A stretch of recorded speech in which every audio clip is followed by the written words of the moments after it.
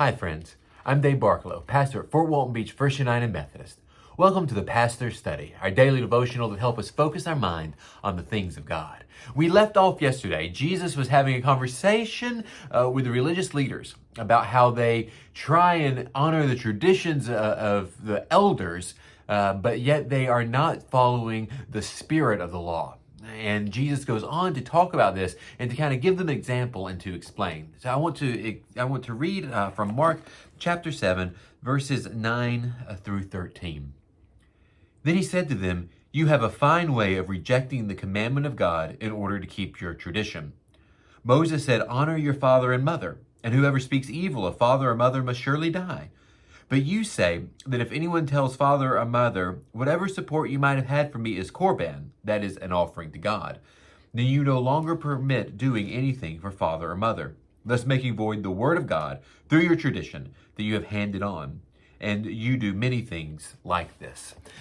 The idea of korban was that it was the responsibility of the children to take care of the parents. There were no 401ks, there were no retirement, there was no Social Security. So your retirement was literally in your children. Your children, you had children so that the children could take care of you when you were older.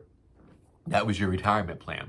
But yet there arose a tradition that any money that a child had to take care of the parents, or really anything that any person had, they could give it as an offering to God. And if they gave it as korban, then it was free of other obligations. And so evidently there were people who had money set aside to take care of the parents like they were supposed to. They would then offer it, say that it was an offering for God. Now, Jesus is unclear here about whether this is maybe manipulation. They call it korban, but they kind of keep it over here just in case there's a rainy day, or whether they actually are giving it all to God, giving it as an offering to God, and just not giving it to their parents. Maybe it's a social status. Maybe they throw a big party. Maybe they get recognized by the temple as founding donors or something like that. Maybe there's some ulterior motive to why they would give this large or this offering to God. But Jesus' point is clear.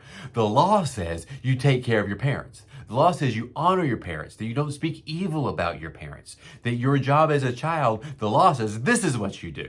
And you've created this tradition that lets you skirt the law, and that's not good. And I love the way he ends it. He says that, and you do many things like this. So it's not just this one thing that they can just dismiss and say, oh, that's a rare case, or no, we don't. But no, you do many things like this. And the truth is we often allow our set habits, we allow our traditions, we allow the way the world does things to get in the way to what we can do to truly honor God by honoring His commandments. As Christians, we are free from sin. We're free from the law in some ways, but yet because of what God has done, we want to please God. We want to follow not just the letter of the law, but the spirit of the law. That law that it says, love the Lord your God with all your heart, with all your soul, with all your mind, with all your strength, and love your neighbor as yourself. So let's go today in the spirit of the law that God has given us, loving God and loving neighbor. Remember, friends, I love you. Take care of yourselves and shine the light of Christ.